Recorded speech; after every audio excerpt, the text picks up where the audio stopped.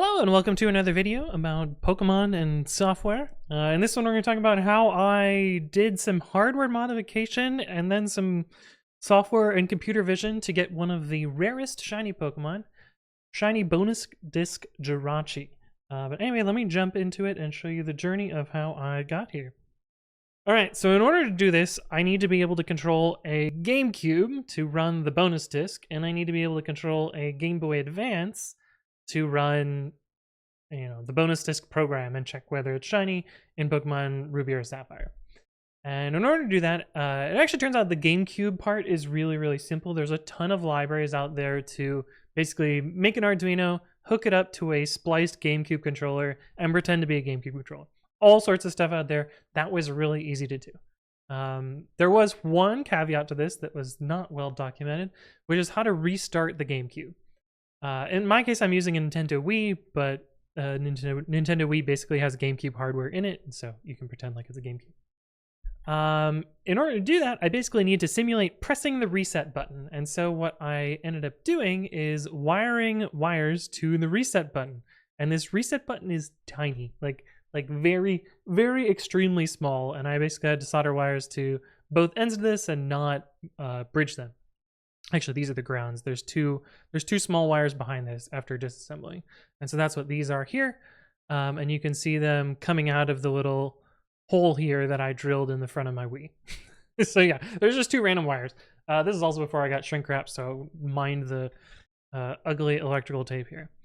So that's pretty easy. I actually used this to reset for Croconaw and Bayleaf as well in Coliseum. Probably not going to make a video about those, but I did those as well using this, and actually those were kind of one of the more difficult and slower hunts that I've done using sort of microcontrollers here. Mostly because you have to navigate around in the open world a lot, and there's all sorts of error cases with like NPCs moving around and blocking your way and basically being annoying like that. But anyway, GameCube part of this, pretty simple, pretty straightforward. Then we get to the Game Boy Advance part of this, and you'll notice that there's some parts missing here, and that's because I did a very poor job of modifying my Game Boy Advance and fried my screen. I actually fried one of the jumpers, or one of the, what are they called? Not circuit breakers, but the other thing. Fuses. I fried one of the fuses on my Game Boy Advance as well while doing this and had to solder a wire over it. But I fixed the fault. The fault was me all along. I also messed up the power switch here, so you'll see that I've taken the power switch out to the breadboard, and in order to turn the Game Boy Advance on, I moved this wire to there. Not the best power switch, but I initially thought I had to simulate the power switch in order to turn the Game Boy Advance off and on, because I need to restart the game in order to reinitialize the bonus disc. And I need to turn it all the way off to get out of the bonus disc, because a software set would just keep you in the same place. And there's actually no software set bonus disc. And in order to do that, I cracked open a Game Boy Advance and I soldered a bunch of wires to the extremely small contact points. You could see some of my, I don't want to say expert, but decent soldering here to get those in place. LR. I soldered up all the buttons, even though I really only ended up needing about half of them.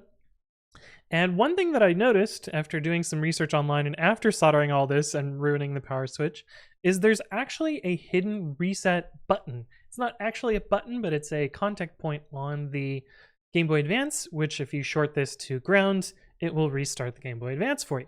This is great because it means that I don't need to flick the power off and on, and I can do that automatically using the same approach that I'm using to press the buttons, which is to short them to ground. I'm actually using a different trick with Arduino, which is to switch between input and output mode. This was actually originally suggested to me in my 3DS video in one of the comments by someone who knows way more about EE than I do. And I ended up using it for this and worked really great. You'll see I also soldered to this pin here. I'm using this as ground, although there's tons of ground choices on this board here. I just didn't know that, I think this square is ground. These are also grounds. Any of half of these pins are grounds. I don't remember specifically which ones, but anyway, that's that part. I also used a capture mod, so that's what you see here. This is the replacement for the screen, and actually probably why I broke the screen is the capture mod directions were really unclear, and there's basically 4 different orientations that these ribbon cables could be from the motherboard to here, and I definitely flipped one at some point and that fried my screen, and so that's why you don't see that here. But hooking all that up, I'm able to press buttons using a microcontroller and reset the game using the microcontroller as well. The final product of all of the terrible sets of wires hooked together is this. You can see I use this laptop to drive everything. There are 2 capture cards hooked up here. I actually had to use a bad capture card for the Game Boy Advance. This cheap, like $10 capture card worked way better than my fancy Elgato one. The fancy Elgato one could not handle the screen resolution, and so it was like twisting all over the place all the time, and basically, you know, useless video output. I have both of the microcontrollers hooked up into USB here. I have power going to the Game Boy Advance so that I don't have to charge it, which presents a problem because the default GameCube to Game Boy Advance connector has this big bulky clip that has to cover up most of the back of the Game Boy Advance, including the charging cable. So I need to be able to charge in order to run this continuously, and so I couldn't do that. So what I ended up doing is purchasing connector ports for replacement connector ports for a Game Boy Advance, and then making my own janky extension cable, which is what this is here. Cut up an old link cable and made my own extension cable. And then, you know, GameCube is plugged in here, bonus disc is in here, and then I have software in order to control those. I wanted to show you the video of how this coordination happens. It's actually extremely fast, so it's really hard for me to show the whole thing, but I'm going to try and walk you through the recording. Where is it? This one. So let me pause real quick. I'm starting at the reset part here, so right when the bonus disc starts. You'll notice this is almost exactly 1 minute long, and this is due to some speed ups that I noticed. The method here is the save corruption approach that is shown in a few YouTube videos. I'll try and remember and link one below. I did not come up with the method. I mainly just optimized it in software. So basically what happens is it hooks up to the GameCube. This little program starts and plays.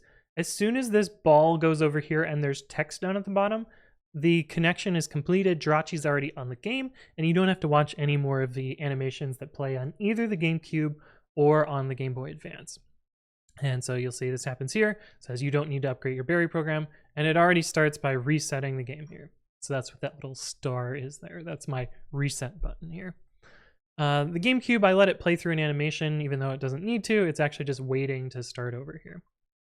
Next, it's going to boot into the Pokemon game, and it's going to check whether we got the shiny or not. In this case, it's not shiny. Scrolls down to Jirachi, resets again, and now it's going to do a save corruption. The reason it does a save corruption is because Ruby and Sapphire has 2 saves. The first save right now has Jirachi, the second save does not. So if we corrupt the first save, it's going to load the non-Jirachi, and then we can quickly do another reset.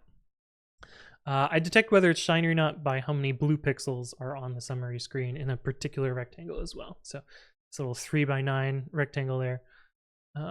Next, we go into here. We tell it to clear all save data, and it starts overwriting all the save data, and then we interrupt it in the middle. And that's how we get our corruption. This is pretty time sensitive, so if you're too slow here, this doesn't corrupt properly. Fortunately, the software is really, really good at corrupting this properly. So it'll actually scroll up quickly, press yes, and then reset the game here. And it happens very quickly. So you can see that zoomed in through there. About this time, I can reset the GameCube because we're going to skip the bonus disc here. We're going to save twice to restore those 2 save files that we had. And then we start the whole process again. And here you can see that it's navigating through all of the bonus disc prompts and such, and then after that it resets and starts over. But that's basically resetting for Jirachi for the bonus disc, and I'm not going to let it loop because that's not too interesting. One thing that I found really neat about this is with the software automation, we can basically get pretty frame perfect inputs. I could actually probably do RNG manipulation to get this instantly, but instead I felt software setting was more human-like.